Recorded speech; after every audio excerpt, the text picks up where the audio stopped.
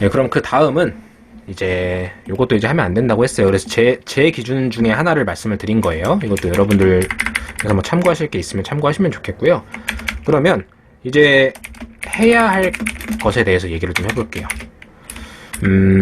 해야지 말아야 될 거랑 해야 할 것 사이에 좀 껴있는 그런 주제가 하나 있는데, 숫자 안 나오는 종목에 대한 고민, 이겁니다. 이거 먼저 말씀을 드려볼게요.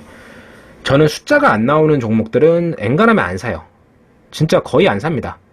테마성으로 이제 소액 단타 치고 막 진짜 조그만 금액으로 뭐 그날 그냥 뭐 간식값이나 좀 벌어야지 뭐 이런 그런 단타는 제외하고, 제가 좀 비중 실어서 이제 사는 종목들에는 뭐 절대로 이제 숫자 안 나오는 종목 안 삽니다.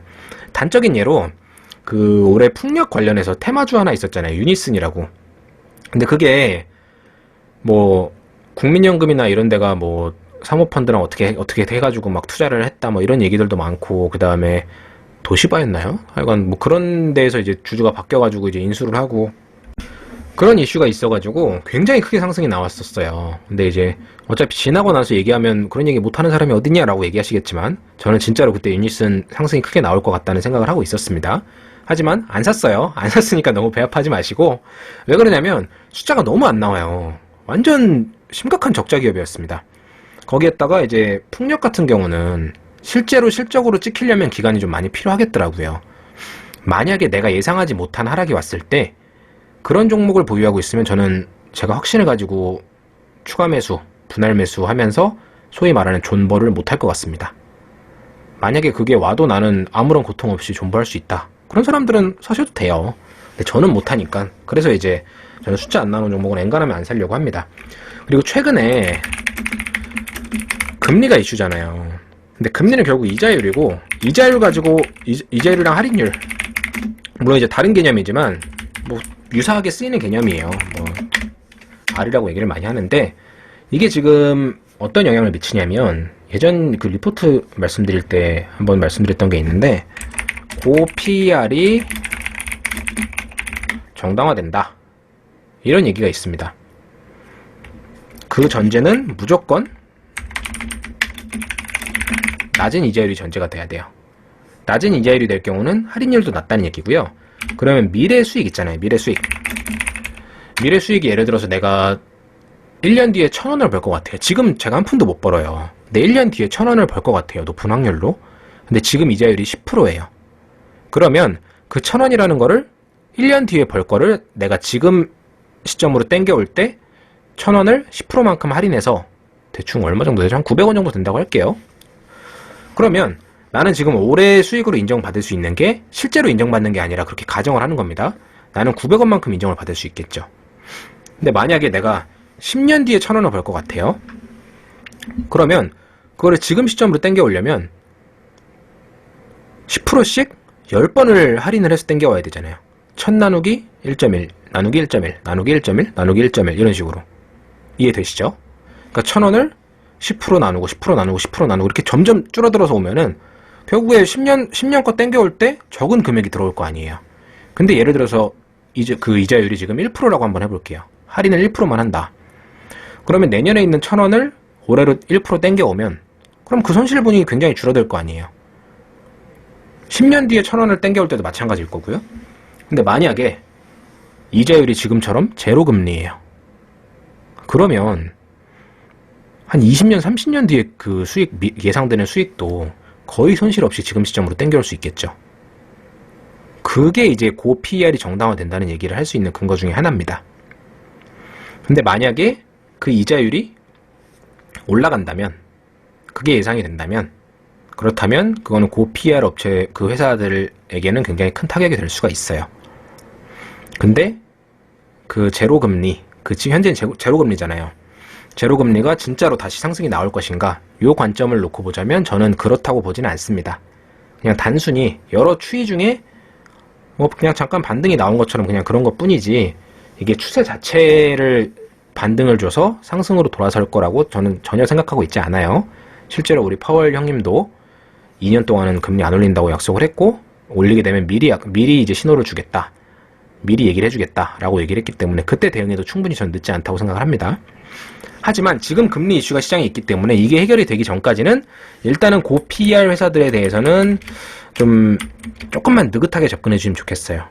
대표적으로 2차전지 쪽이 그렇잖아요. LG화학이나 SK이노베이션도 그렇고 삼성 SDI도 그렇고 소재 쪽 에코프로비엠이나 뭐 SKC나 뭐 이런 쪽도 마찬가지입니다.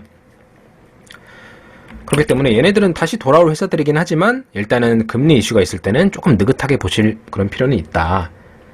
예, 뭐 그렇게 말씀드릴 수 있겠고요. 근데 이제 고 PER인데 숫자가 안 나와요.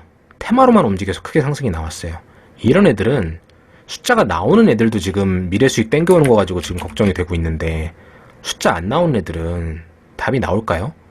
대응을 어떻게 해야 될지 어느 시점까지 적정 가치인지 이런 거조차 산정할 수가 없기 때문에 그냥 감으로 해야 돼요. 결국 BMP 전략 가는 거죠.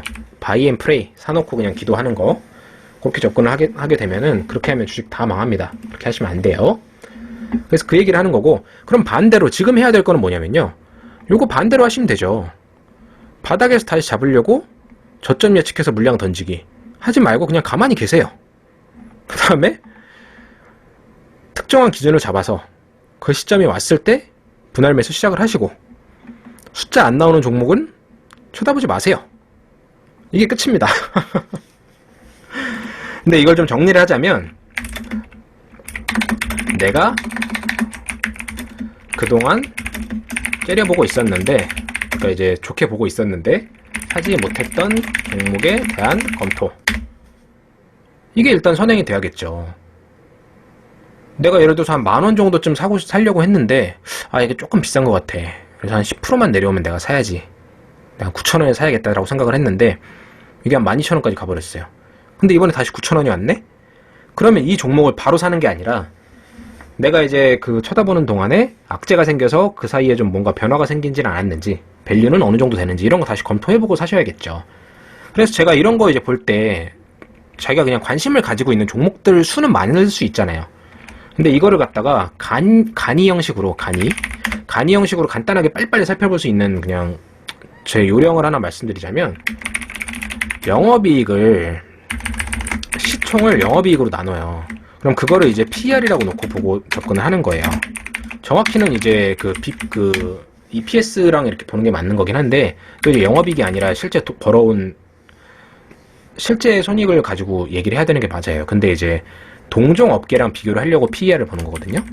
근데 특별한 회사의 이슈가 있지 않는 이상 동종업계 고정비 이런 영업 외 손익은 대부분 다 비슷비슷합니다. 그렇기 때문에 일단 영업이익을 가지고서 그 업황을 판단하려고 제가 영업이익을 사용을 하는 거고요. 이거에 대해서는 뭐 저만의 방식이니까 뭐 이 방식이 마음에 안 드는 사람들은 안 쓰면 됩니다. 어쨌든 이거는 그냥 네이버 들어가 보면 시총이랑 영업이익은 바로바로 나와요. 그러니까 동종업계 다른 회사들을 빨리빨리 보는 거예요. 이걸로 시총이랑 영업이익 대충 한 20배 오케이. 근데 다른 회사 보니까 한 30배 정도 되네? 쟤도 30배고 쟤도 30배네? 그럼 이거 저평가라고 일단 볼 수 있으니까 한번 공부해볼 가치가 있겠다. 이렇게 필터링을 합니다. 내가 관심 가지고 그냥 관심 종목에 넣어놨던 종목이 한 20개, 30개 된다 그러면 그런 걸로 한 5개 정도까지 추릴 수 있어요. 추려놓은 다음에 공부하게 되면 조금 더 빠르게 접근을 할 수가 있겠죠. 동종업계 대비 싸다 싶으면 고민해볼 여지가 있다. 뭐 그런 거고. 그래서 실제로 제가 좋게 보고 있는 종목들에 대해서 언급을 좀 하려고 합니다. 저 같은 경우는 일단 지금 반도체랑 디스플레이 쪽 보고 있어요. 뭐 2차전지도 좋기는 한데 지금 많이 내려와서 업사이드가 충분히 있다고 생각은 하지만 아까 말씀드린 것처럼 지금 이제 금리 이슈가 있는 고 PER 업종이기 때문에 일단 지금은 조금 느긋하게 보시는 게 좋을 것 같고, 반도체랑 디스플레이 좋게 보는 그 대장주 위주로만 말씀드릴 거예요. 공부는 여러분들이 직접 하세요. 왜 그러냐면 여러분들이 직접 해서 매수를 하셔야 하락이 나왔을 때 투매 않고 버틸 수 있는 힘이 됩니다. 안 그러면 하락 나올 때 그 누구누구 개 XX 이러면서 욕하면서 그냥 손절치고 눈물에 손절치고 욕만 하고 그럼 실력도 안 늘고 자기 계좌도 녹아내려요. 수박 겉핥기식으로 그냥 이게 좋대 이러면서 사는 거. 또 제가 이제 저 샀습니다 여러분, 저 공부 많이 하고 사는 거 아시죠?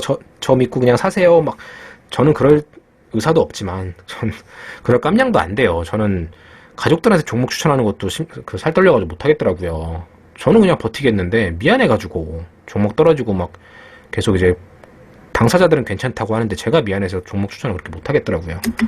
어쨌든 그래서 그런 하락이 나왔을 때 막 울면서 종목 토론방 찾아가 보고 뒤늦게 유튜브 영상 찾아보면서 좋은 내용만 어떻게든 찾아보려고 하고 하면서 결국 BMP 전략이 되는 거예요. BMP 전략 하시면 안 됩니다, 여러분. 그래서 제가 이제 이유 같은 거는 크게 말씀 안 드리려고 하는 거예요. 공부는 여러분들이 하세요. 대신에 제가 업종 설명에다가 업종 설명도 해드리고 그 다음에 이제 종목까지 알려드리면 그것만 공부하게 되면 시간이 얼마나 줄어들 수 있겠어요. 그걸로도 큰 도움 드리는 거라고 생각을 합니다, 저는. 일단은 뭐 첫 번째 반도체 OSAT, 그러니까 외주 후공정, 이런 거는 많이들 아실 거예요. 그래서 제가 뭐 굳이 말씀드려야 하나 싶긴 하지만 하나마이크론, 이 두 개 제일 좋게 보고 있습니다. LB세미콘하고 하나마이크론. 근데 다른 거 뭐 네페스랑 이런 것도 있는데 저는 이제 그 밸류에이션까지 같이 봤을 때 이 두 개가 좀 싼 편이라고 생각을 해요, 상대적으로. 특히 하나마이크론은 저는 금요일날 조금 매수를 했습니다. 네, 하나마이크론을 가장 좋게 보고 있고요. LB세미콘도 충분히 좋다고 생각을 하고 있고, 얘네들 관심 있는 분들은 꼭 체크해 보시도록 하세요. 그 다음에 EUV 포토 레지스트 관련하면 당연히 여러분들도 아실 동진세미킴입니다. 이건 아직 안 샀어요. 그때 반등 나왔을 때 좀 팔아버리고 아직 안 샀는데, 이것도 지금 얘네 시장 소외주예요. 지금 계속 개인들만 매수를 하고 있습니다. 외국인 기관들 안 사고 있어요. 상승 동력이 없는데, 얘네가 그 노스볼튼과 약간 그 2차 전지 쪽이랑도 엮일 여지가 있고, 그 다음에 실제로 지금 업황도 나쁘지 않아요. 그리고 얘네가 EUV PR 그 포토레지스트, 이걸 삼성전자의 그 제3 납품업체로 선정이 되면서 또 이 삼성전자랑 같이 개발까지는 아니고 삼성전자 도움 하에 이제 개발을 하고 있습니다. 그래서 요거까지 만약에 나오게 되면 이거는 게임 체인저가 될 가능성이 충분히 있습니다. 그래서 이제 좀 장기적으로 접근하실 분들은 동진세미캠 지금 실적도 잘 나오는 회사고, 만약에 여기에 플러스로 이 EUV 포토레지스트가 붙게 되면요, 리밸류에이션 될 여지도 굉장히 충분히 높다고 보고 있어요. 그래서 그거 참고하시고, 네, 지금 그 EUV 포토레지스트 빼고도 실적 대비해서 밸류가 높지 않아요, 동진세미캠. 그러니까 공부 한번 해보세요, 관심 있는 분들은. 그리고 심텍하고 심텍홀딩스, 이것도 뭐 여러분들이 공부하시고, 홀딩스는 지주회사인데 심텍이 돈을 진짜 잘 벌어요. 근데 심텍홀딩스가 심텍에 가지고 있는 그 지분이랑 그런 걸 따져봤을 때도 너무너무 싼 거예요. 그걸 제가 느꼈던 때가 작년 6월인가 아마 7월이었나? 7월인가 그랬던 것 같아요. 어쨌든 그렇게 생각을 했는데, 얘네들이 실적 발표를 하고서 미친듯이 올라버리더라고요. 바로 그냥 상한가 쳐버리고, 그래서 안 되겠다 생각을 해서 심텍홀딩스만 전 쳐다보고 있었는데, 워낙에 저평가였기 때문에. 근데 이제 안 내려오더라고요. 그래서 좀 아쉬웠죠. 최근에 좀 내려오긴 했는데 그래도 많이 올라서 저는 이미 너무 올라버려서 좀 못 잡겠어요, 아직은. 근데 숫자 대비해서 아직 비싸다고 보기는 어렵다, 그 정도 말씀드리려는 거고요. 그 다음에 PSK, 이거 이제 장비주인데 얘는 아직도 저렴한 편이라고 보고 있어요, 저는.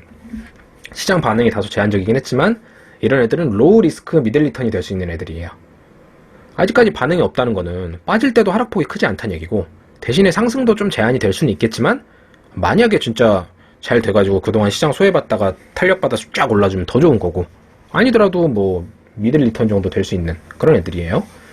굳이 따지자면 뭐 LB세미콘이나 하나마이크론, 뭐 심텍홀딩스나 뭐 이런 애들은 미들 리스크 하이 리턴 노리는 종목이고, 뭐 동진세미캠이나 뭐 PSK 이런 애들은 로우 리스크 미들 리턴, 거기에서 동진세미캠은 조금 더 업사이드가 있지 않을까, 그 정도 생각을 하고 있습니다. 이거 참고해 주시고요. 2차 전지 쪽에서 굳이 추천을 드리자면 저는 제가 보유하고도 있는 SKC 정도만 말씀을 드리고 싶어요. 얘가 이제 반도체 관련해서 그 하이닉스형 블랭크 마스크가 엮여 있어요. 그래서 그 정도 그냥 말씀드리고, 지금 굳이 뭐 그 PR이 높은 쪽을 우선시하실 만한 상황은 아니다 라고 말씀을 드리겠습니다. 뭐 여행주나 호텔주 이런 건 워낙에 다른 영상에서도 많이들 언급을 하니까 굳이 제가 말씀드려서 뭐 하겠나요.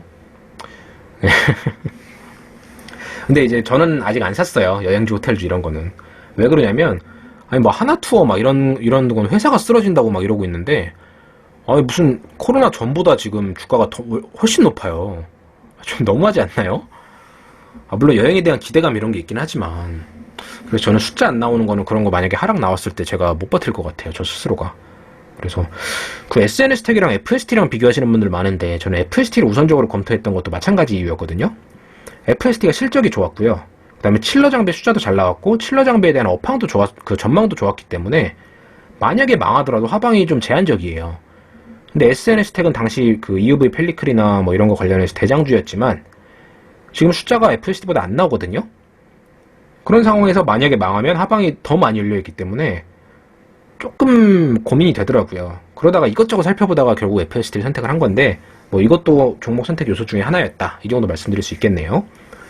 그 다음에 이제 여기다 적진 않겠지만 유니테스트도 숫자가 너무 잘 나오는 회사고 진짜 매력적인 회사예요.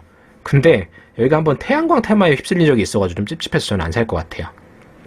숫자는 정말 잘 나오고 전망도 좋은 회사긴 한데 근데 또 반대급부로 반도체 숫자 나오고 그 다음에 태양광 테마까지 같이 이제 누릴 수 있으니까 좋아 보인다 라고 생각하시는 분들은 그거 공부해보시는 것도 나쁘지 않겠네요.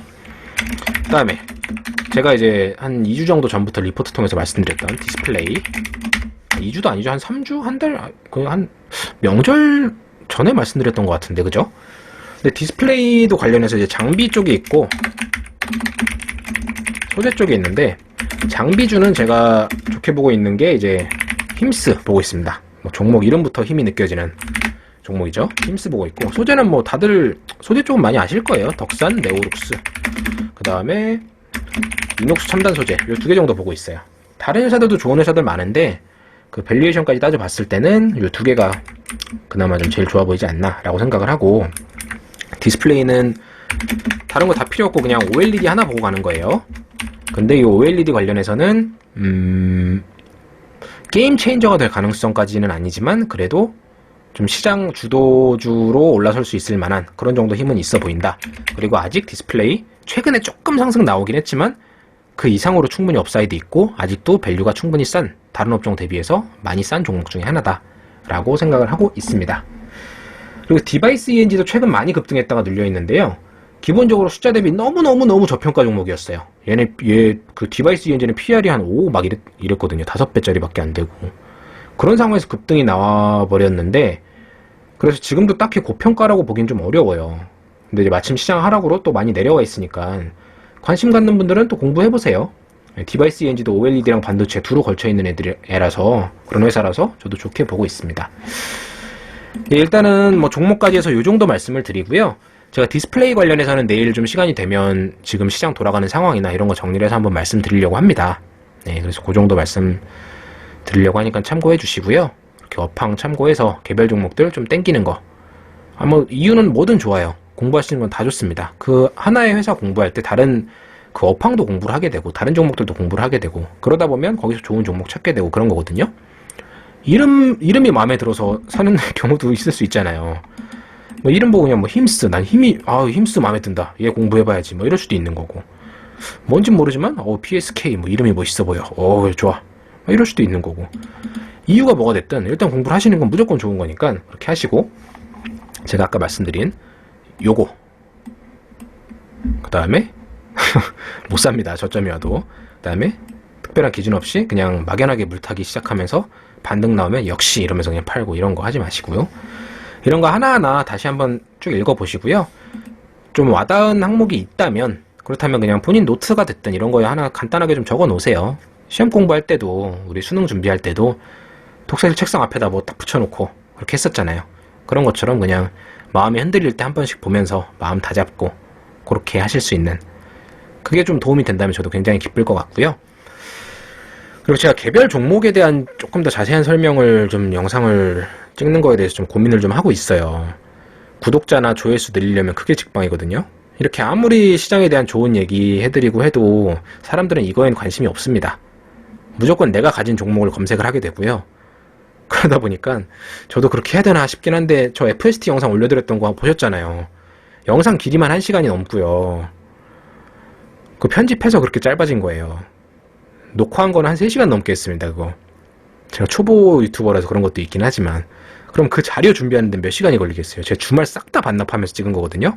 근데 그것도 이미 공부가 되어 있으니까 공부가 되어 있는 걸 자료를 정리한다고 그렇게 한 거고 새로 공부해서 올려드리는 건 더 걸리겠죠. 근데 그렇게 하면은 가성비가 너무 안 좋잖아요.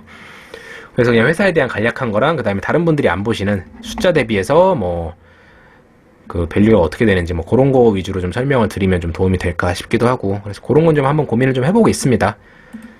그래서 고민이 끝나면 어떻게 될지 그것도 말씀을 드릴게요. 일단 오늘 영상은 여기서 마치고요. 오늘 또 주말 뭐 하루가 더 쉬니까 이제 3일 연휴잖아요. 3일 연휴 중에 하루 오늘 다 지났습니다. 여기 푹 쉬시고 좋은 밤 되시고 또 내일도 기회가 되면 영상으로 찾아뵙도록 하겠습니다. 감사합니다.